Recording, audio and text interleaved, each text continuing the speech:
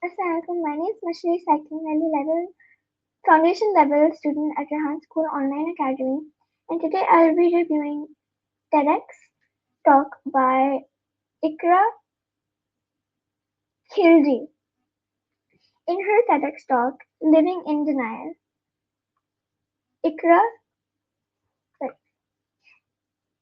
Iqra confronts a paradox of the modern age. We are most we are the most informed generation in history, yet we act like the most profound indifference. She begins by redefining denial. Most people think denial means saying climate change isn't real, but Ikra argues that the more dangerous form is implic- implicatory, im- implicatory denial, or this is when we acknowledge the facts.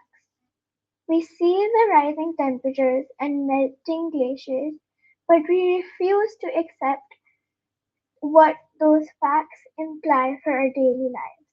We know the house is on fire, but we're still arguing over which room has the best Wi Fi.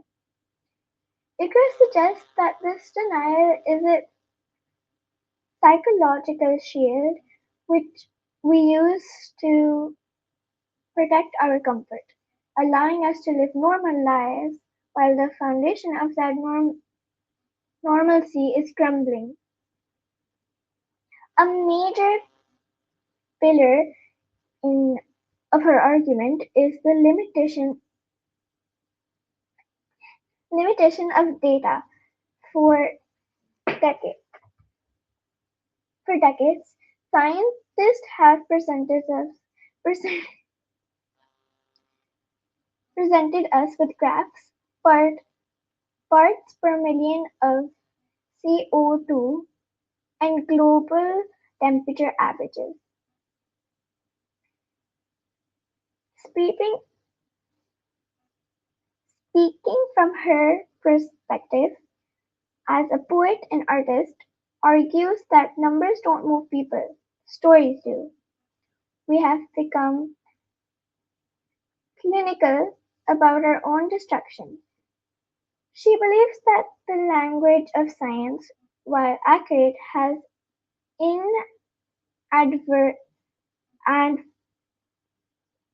advertently desensitised us by turning a dying forest into a data point. We lose the grief and the urgency that should come with it. She calls for sensitization, sensitization,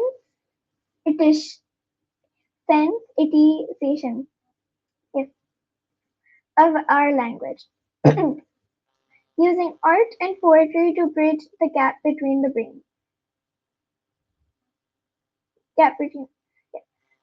which which understands the problem and the heart which is required to actually solve it.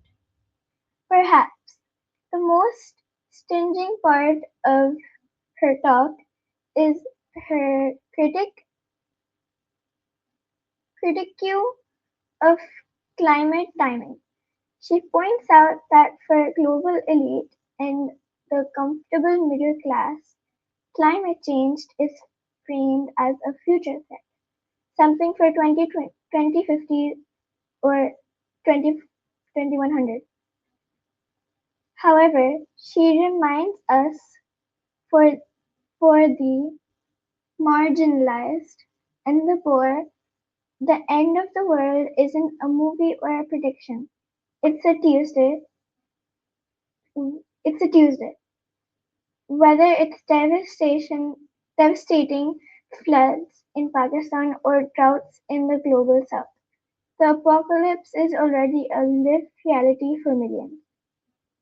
By framing the crisis as a future event, we reveal our own privilege. She argues that our silence is a choice and that choosing us to Choosing to stay silent while the others suffer is a form of barbarism dressed up in modern suits and technology.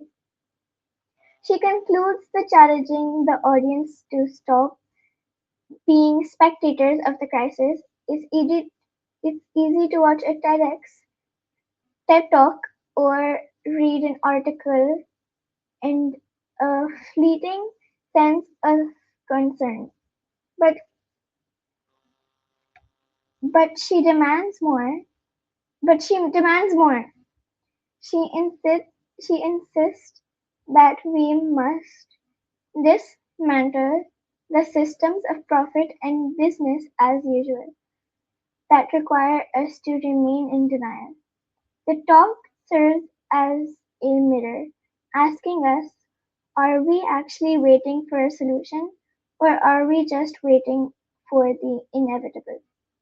Her message is clear, that the transition from denial to action starts when we stop treating climate change as political debate and start treating it as a profound moral failure that requires us to change not just our light bulbs but our entire way of being.